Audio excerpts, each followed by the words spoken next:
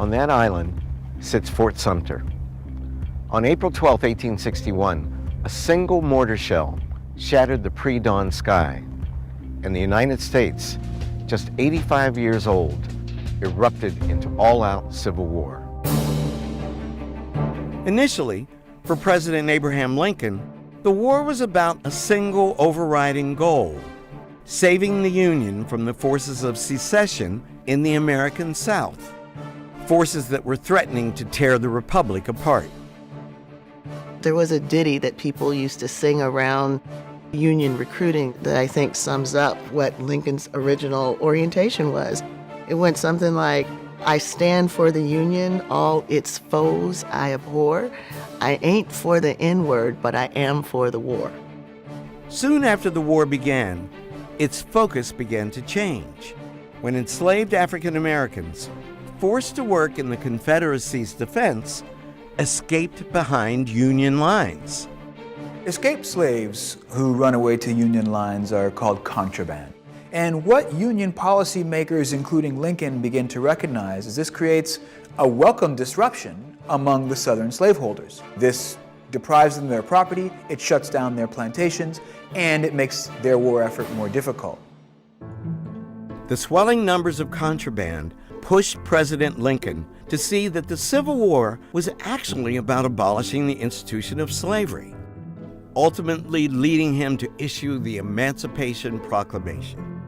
In many ways, the Emancipation Proclamation is, first and foremost, a military policy. It's not clear the Union is winning the war before the Emancipation Proclamation. So the Emancipation Proclamation also gives these escaped slaves the opportunity to serve in the Union Army. This is crucial to the Union's success in the war effort.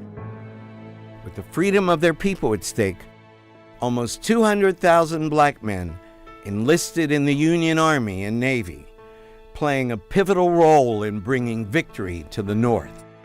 The key element that changed the outcome of this war in terms of who won it and in terms of what it was about were the slaves themselves. Their determination that this war was going to be about the end of slavery. Masses of self-liberated slaves became the wave that the Union would ultimately ride to victory.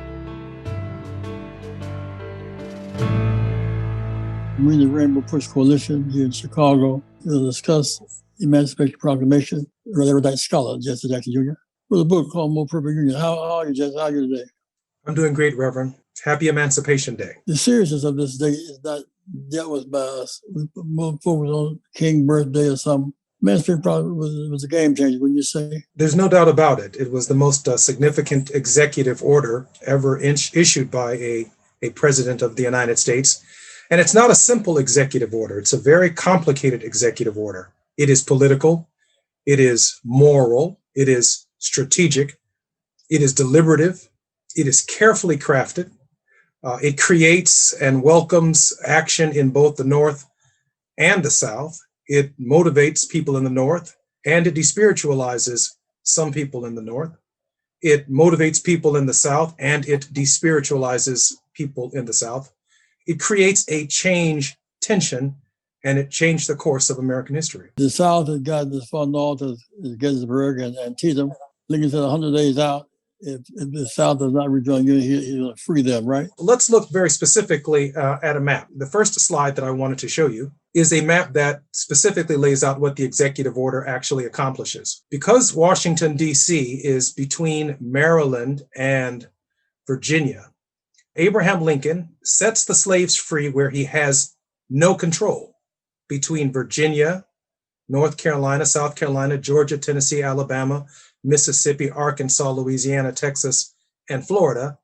But he keeps slavery in place where he does have control. In other words, he was able, when he was inaugurated, to convince Missouri, to convince Kentucky, convince Delaware, and convince Maryland, where slavery existed, to stay in the Union. So Lincoln, carefully upon his inauguration, he carefully uses the language, this is about saving the Union. It is about protecting the Union. And the key to that was keeping these maroon states in the Union. For if the day Abraham Lincoln announced that he was against slavery, surely Missouri, Kentucky, Maryland, and Delaware would have joined the Confederacy, and therefore Washington, D.C. would have been completely surrounded, and he would have had to have been president from Paris, France, or somewhere in Canada, because the war would have been lost before it even began. This was a pivotal decision. It seemed to me that we observed the watch night service, December 31st. We just sang in prayer all night, but we were watching for the Emancipation Day, right? We were certainly watching for it, but again, the timing does matter. Abraham Lincoln needs certain critical battles. The war had gone on and on for a couple of years before he issues the Emancipation Proclamation. We needed the momentum that and the moral cause that slavery and ending slavery more specifically brought to the table. In other words, there were Northern African Americans, the United States Colored Troop, the Massachusetts 54th, who were willing to fight, but they weren't allowed in the battle. There were Southern slaves who wanted to self-emancipate and escape from slavery, but they really couldn't because the institution of slavery is a very peculiar institution. And the analogy I like to use, Dad, is there were 15 presidents before Abraham Lincoln. People often ask the question, is Abraham Lincoln responsible for freeing the slaves? There were 15 presidents before Abraham Lincoln, and none of them brought it to this critical point and this critical juncture. You have to give that credit to Abraham Lincoln, but you also have to give credit to the timing of each decision that he made. When I was in prison, Dad, there were many nights where I wanted to self-emancipate. That is, just run out of the prison and just escape. But my self-emancipation is not the same as ending mass incarceration or ending the prison industrial complex. That requires presidential leadership. There were many efforts at ending slavery. Some Blacks traveled the Underground Railroads. Others self-emancipated. Others were helped out of slavery. Others did escape from slavery. But that is not the same as forcing states from Virginia around to Texas to outlaw the institution of slavery and hold them at bay until they do.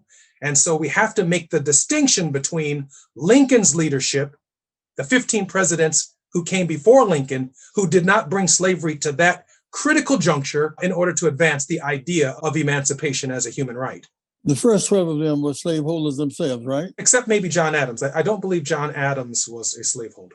The deal was Lincoln freed. We saved Lincoln because when blacks, emancipated blacks joined the Union Army, we have to beat back the Southerners. So he freed us, we saved him and saved the Union. Well, this is an argument that is advanced by Lerone Bennett Jr. in his book, Forced into Glory.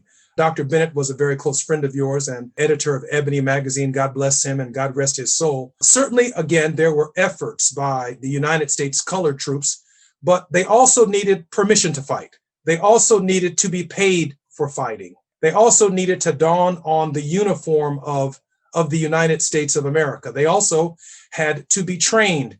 And so there are a number of federal actions that are necessary even to welcome United States colored troops into the North, to encourage African Americans in the South who could hear Lincoln's voice to escape, and then when and if they are captured by the North, to give them the opportunity to join the Union Army and subsequently bring about an end, state by state, to the peculiar institution. The Emancipation also meant that many blacks were trying to escape as best they could. Lincoln, seemed to me, by freeing blacks, he ended the supply line of the Confederacy. We were that supply line. We were, in fact, backing them up. When we got freed to lead the planet, they had to supply themselves. He also freed white folks from their shame, from their blame, and their guilt. And it also bought us another 157 years of reflecting upon these matters. Just this past week, Robert E. Lee's statue has now been taken out of the capital of the United States. The state of Virginia is now going to replace Robert E. Lee's statue with an African-American woman who was a Virginian who has some extraordinary accomplishments in Virginia. And so the extent to which the ramifications of the war continue in our politics, or as von Clausewitz said, politics is war by other means. They left the battlefield, they entered Congress, they entered state legislatures, they are challenging elections today on the basis of state resistance. And many of the same attitudes that we have seen then are attitudes that we see today. where the president of the United States would even challenge a national election on the basis of he's not happy at all with what of the activity in Fulton County, Georgia, in Atlanta and Savannah. And so he went after the entire state of Georgia. This is the exact same activity that we saw at the beginning, during, and at the end of the American Civil War. My point is just that January the 1st is not just a ham-hock, green, lemonade drinking day. It's the first time, most people have not read the Emancipation Proclamation. It gives us the right to bear arms, the right to say to our slave master, if you try to stop me, I can shoot you. This is a first time a black man was free on American soil. It was back in the U.S. government. What do you say? Not only would I say it, I'd also parallel it to Old Testament theology, where we can only imagine, because we've lived the experience of what it must have been like to leave Egypt land, what it must have been like to cross mentally and even physically out of chattel slavery into a very different space, and then have to recognize at the same time in that new space our new commandments, our new laws, and a new future for our people. But make no mistake about it, without that event, we simply wouldn't be here today. 1857, Supreme Court rules blacks no rights, rights bound respect. War kicks off in 1860. 63, Lincoln, it seemed to me the South was advancing on the North. The Lincoln, by freeing us, saved the Union and then slavery at the same time. Again, let me show you the second slide. Make no mistake about it. By the slide, the Emancipation Proclamation, once again, it frees blacks from Virginia, North Carolina, South Carolina, Georgia, Alabama, Mississippi, Arkansas, Louisiana, and Texas. It frees blacks where Lincoln has no control. And for the Southerners, the Emancipation Proclamation was propaganda. It was like, who cares what Lincoln says? He's not from the Confederacy. But for blacks who heard that Lincoln had freed them, certainly it created a dynamic on the plantation that if you were marching for General Jeb Stuart, or you were marching for Stonewall Jackson, or you were marching as a white Confederate for Robert E. Lee, suddenly you had reason to leave the march and go back to your plantation or go back home because you're concerned about the new activity that is taking place amongst slaves on the plantation. But look at where Abraham Lincoln left slavery in place. He left it in place in Missouri, in Kentucky, in Tennessee, and in Maryland and Delaware. Why? Because if the war at that moment was about slavery, surely those states would have joined the southern states. The Electoral College would have shifted. Washington, D.C. would have been surrounded. And so the careful crafting of the Emancipation Proclamation was very important to Abraham Lincoln being able to hold his coalition together, and at the right time, issuing the Emancipation Proclamation was the key to changing this war from a war about saving the Union to a war about ending slavery. The Emancipation Proclamation should be read by every black person in America. It's an earth-shattering event. We celebrate Dr. King's birthday, but without the Emancipation Proclamation, it would be a King birthday, as we know it to be today. It should be read, understood, and recognized by all Americans so that the nation does not slip back into the conditions that created the need for the Emancipation Proclamation in the first place. If we look at the third slide that I prepared for the presentation today, you will see, Reverend, that in 2016, you see most of the states that are in the blue are essentially the states that were part of Lincoln's coalition, particularly the eastern states, really from the Midwest to the east, because much of the country at the time of Lincoln's presidency had not completely expanded to the western state. You can see essentially presidential elections tend to follow the discourse of the events of 1860 even to this day, with the exception of the fact that Joe Biden won Georgia and New Mexico and Colorado and many of those western states, and this plurality led to his presidency. But you can also see from this map why Trump's rhetoric still means something for nearly half of the country. You can also see from this map why Trump doesn't want to leave gracefully. You can also see from this map that there's a midterm election where the entire Congress of the United States is up for re-election in 2022. And you can see where the battlegrounds are going to be. And that the very people who turned out in 2020 in great numbers for Joe Biden and for Kamala Harris, they tend not to show up in great numbers in midterm elections. And as a result, Trump and members of Congress and even Mitch McConnell and his Senate are trying to keep his voters at a high level of enthusiasm because they want to come back in just 2 short years and try and regain control of the Congress, essentially following this electoral map that you see right here. And not just that, Reverend, if you think about the entirety of the civil rights movement, for the most part, while there were elements of it that took place all over the entire country, when you think about John Lewis crossing Edmund Pettus Bridge from Selma to Montgomery, when you think about the Memphis sanitation workers, where Martin Luther King Jr. Loses his life, when you think about the students sitting in Greensboro, North Carolina, when you think about Medgar Evers, when you think about Fannie Lou Hamer, when you think about the march of civil rights, most of this activity is taking place in these red states. There is activity in Chicago, there is activity in New York, but the heart of the movement is in the heart of this Confederacy and trying to get nonviolently them to join a coalition of conscience to build better housing, better schools, and healthcare for all. I want people to see January 1st as different than Hammock Green and ball games. One reads that Emancipation Proclamation carefully. It's fundamental change. First time an American citizen has the protection of the U.S. government, right? I don't see the difference between January the 1st and the Passover experience that Jewish people celebrate as a religious experience every year. And I don't see the difference between, you say, the ham hocks, the greens, or even the chitlins that we may eat on the beginning of the year.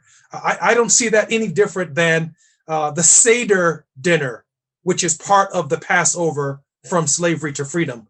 That does require an adjustment in our mental thinking that just as they came from slavery through plagues and through a process that included putting the blood of lamb on one's door so that the plague would pass by them and pass over them, there should be no doubt that January 1st every year is a Passover experience in our liberation theological traditions. It changes the entire ball game. In your book, you talk about these days that we should depict: January 1st, 1863, 30, 40, 50 minutes. Now, when the right-wing Republicans say they are part of the Lincoln Republicans, they're not correct. This is Jefferson Davis Democrats who call themselves Republicans. Will you say?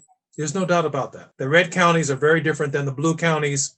The blue states are barely blue only because of the cities are they blue. And that's because of the enormous voter registration turnout and participation of many of those blue counties. But even within the red counties, there is Democratic support. There is support, for example, in Georgia for Warnock and support for Ossoff in red counties. And so it's not just about winning Atlanta. It's not just about winning Fulton County or even winning Savannah.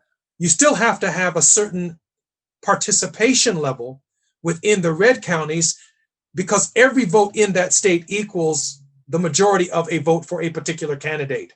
And so the extent to which our messages can reach out across red and blue lines, we can win. Emancipation Proclamation says on the road to total freedom as a people, and laid the groundwork for us being citizens and not just subjects. Well, it's really interesting that you would mention that.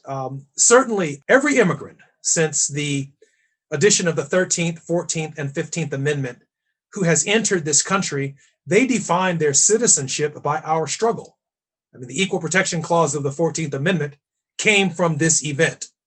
And this event, which was about the liberation of African Americans in our slave context, today they are the beneficiary of it. These are rights that they inherit that they have never had to earn. And rarely do immigrants come to America seeking to expand rights. They're already leaving tyrannical and despotic positions when they come to the United States. But the process for establishing new rights in America, overcoming the 10th Amendment, states' rights, overcoming the limitations of the Constitution, that burden has fallen upon the Negro because only the Negro has had to change the Constitution to get his rights. And therefore, the day that Hispanics, the day that Indians, the day that the LGBT community wakes up to the idea that everyone deserves health care as a human right, they're going to have to come by the 13th, 14th, and 15th Amendment and the process that we went through to ensure that rights become enshrined in the Constitution of the United States. And so the Democratic Party is made up today of a coalition of Jesse Jackson and Nancy Pelosi, the coalition of Ossoff, who is Jewish, and Warnock, who is African American. We end up with a unique coalition. And that is precisely my point about the Emancipation Proclamation. Not only should every African American read it and understand it,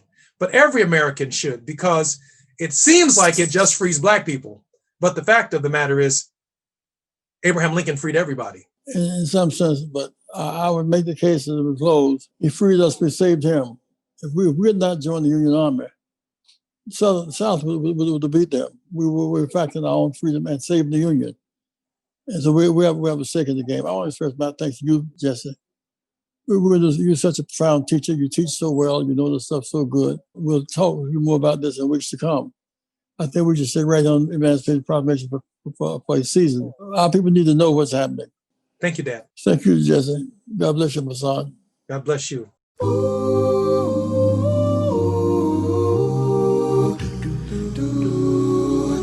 Lift every voice and sing till earth and heaven ring, ring with the harmonies of liberty. Let our rejoicing rise high as the listening skies resound the rolling sea. Sing a song full of the faith that the dark past has taught us. Sing a song full of the hope that the present has brought us. Facing the rising sun of our new day begun. March on till victory is won. Stony the road we trod to the chastening rod, felt in the days when hope unborn has died. Yet with a steady beat, have not our weary feet come to the place for which our fathers died. We have come over a way that with tears have been watered. We have come treading our path through the blood of the slaughter, out from the gloomy past till now we stand at last, where the white gleam of my star is cast.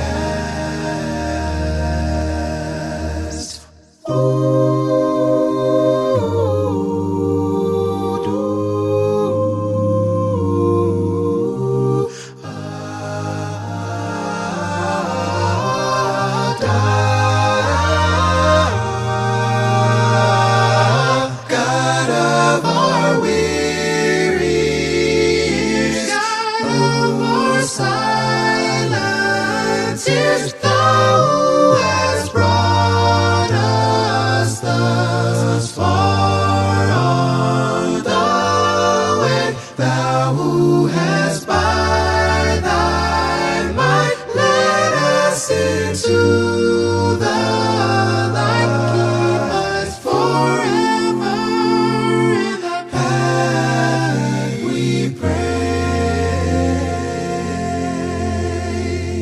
Lest our feet stray from the places our God where just our hearts, drunk of the wine of the world, we forget the shadow beneath thy hand. May we forever stand true to our God, true to our God, true to our native land, true to our native land.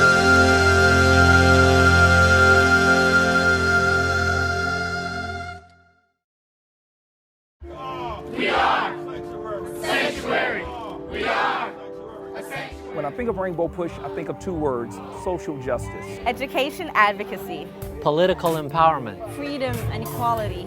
Corporate partnership. Stop the violence, save the children. Don't get in, shut it down. If we don't get in, shut it down. Political change. Inclusion, evolution. Progress, justice. Jesse Jackson. Keep hope alive. Keep hope alive.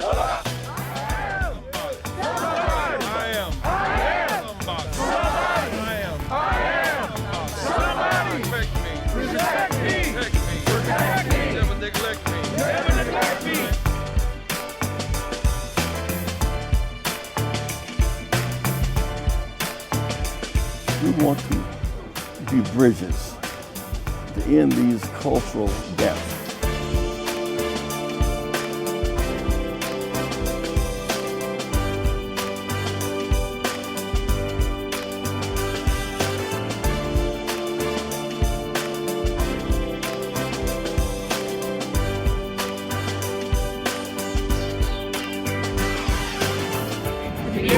We're going forward by hope, not backwards, by fear.